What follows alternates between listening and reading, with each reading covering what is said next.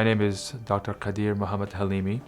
I'm originally from Afghanistan, and I left Afghanistan at the age of 8 after the war and migrated to the San Francisco Bay Area at the age of 10. By the time I finished education, schooling, and medical school, I was close to the age of 30. And all throughout my educational life, I've always wanted to do something and give back to the community and the people that I came from.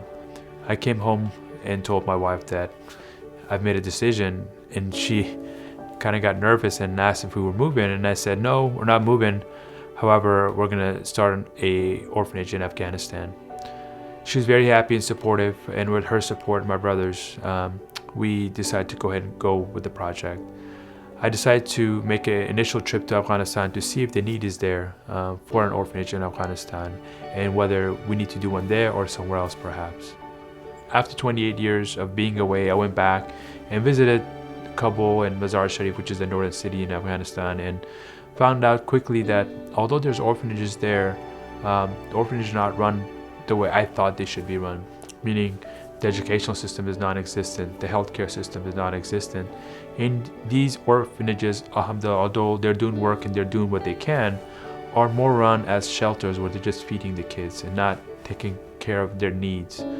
So when I came back, I sat down and brainstormed again with my wife and my brother, and we decided that if we are going to start an orphanage in Afghanistan, we're going to have to do it the best possible way, which means cutting no corners and doing what we do for our own kids. So about 3 years ago, we leased a house in Kabul, and we started an orphanage with 3 kids. The reason we chose a private school over homeschooling was mainly 2 reasons. One, we don't want these kids to be cooped up in the house. And 2, we want them to get out and socialize with other kids and people who they're going to make friends for the rest of their lives.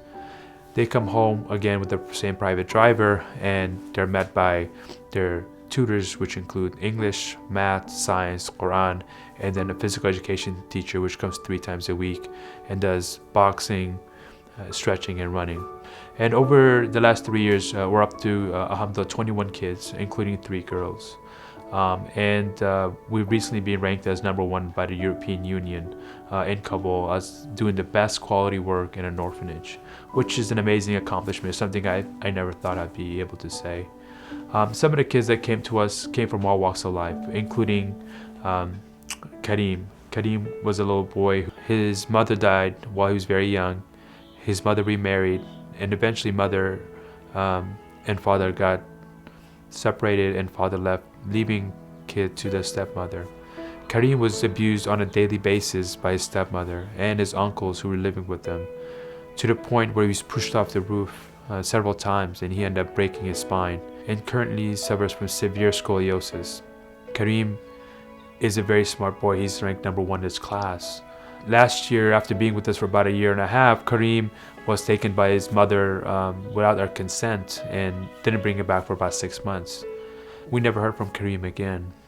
About 6 months later, Kareem was again being abused by his stepmother, and he crawled out from a window in the bathroom and hitched a ride from northern Afghanistan, where his stepmother had taken him, back to Kabul over 2 days and 2 nights, and came back to our orphanage and said that he doesn't want to go back to his stepmother.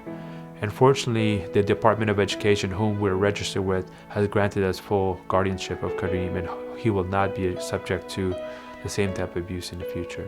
And the stories are sad and grim and hard to believe, but they're there. And our intention is to treat these kids like I would treat my own kids. So if I want my own kids to go to private schooling and to go to college, I want these kids to go through college. They have to become doctors, lawyers, engineers, architects, things that I want for my own kids. And we're trying to do that best we can. These kids are happy. Most of them don't want to go back to their extended families. And they're fed, they're clothed, they're taught English, math, science on the highest level in Afghanistan.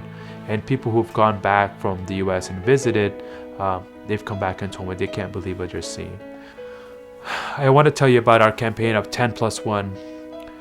I ask you to donate $10 and please tell one more person, and that person in turn tells another person. $10 a month may not be much for us. It may be a couple of trips to Starbucks, but it adds up for these kids in these kids' life. I ask you humbly to join our 10 plus 1 campaign. More than money, more than donating monthly, I need your prayers. I need for you to pray for me, for the kids, for Allah to accept our work and to make our work easy. These kids have been abused physically and mentally, and they deserve every opportunity, as do your kids and as do my kids. I ask for you to help, support, and prayers. Please visit our website, follow us on Facebook, and tell others about our project. And tell them the great work that's being done and how they can help and how they can get enjoyment of the same kids. I thank you for watching, and may God bless you.